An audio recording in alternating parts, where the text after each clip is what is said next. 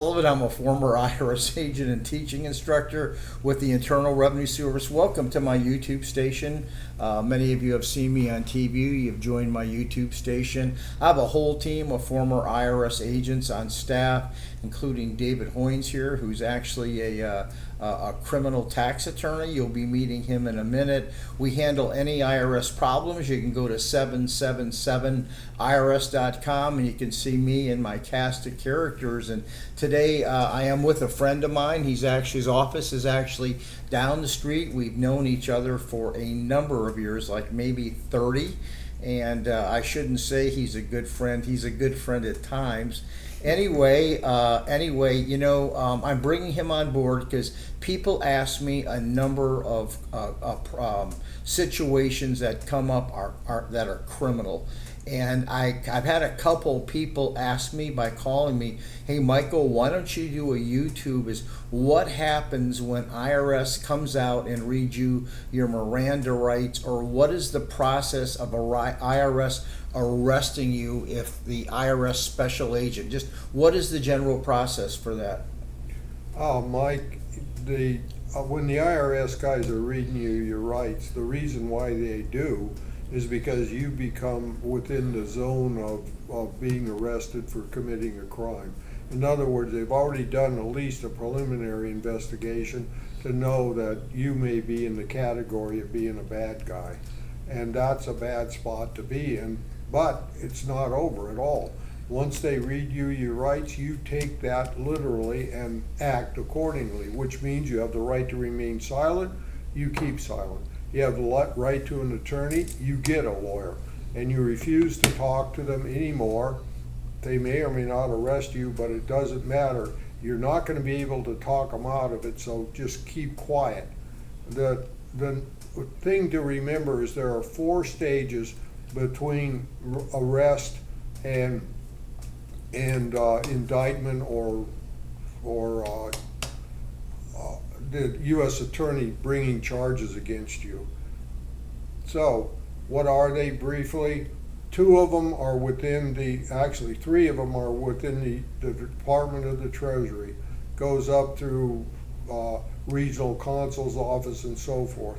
I'm not going to go into the particulars regarding it, but the last stage before indictment, the Treasury refers the case to the Justice Department, and the Justice Department makes an independent inquiry and determination as to whether or not you fit the category for a criminal indictment. So what I'm hearing, David, is just because IRS makes a recommendation, the DOJ actually has to decide to move this case forward. So who actually, in fact, tries this case? Treasury or the Department of Justice? Justice.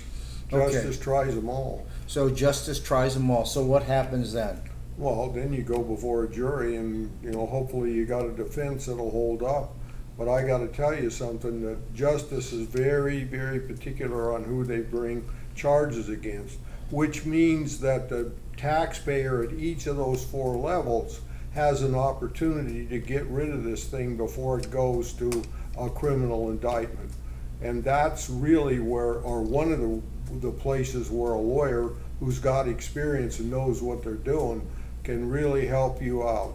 Well, let me ask you, if somebody goes ahead, David, and calls you, and someone from CI goes ahead, special agent, knocks on the door, what do you do? What is your next step to find out what they're charged with, or just get some background information? What do you do at that point? I instruct my client to keep quiet, to get the contact information for this person, or even put them on the cell phone if you got one, and let me talk to them and get the contact information, and let them do whatever they're going to do while you're there, but you just keep quiet and go with the program.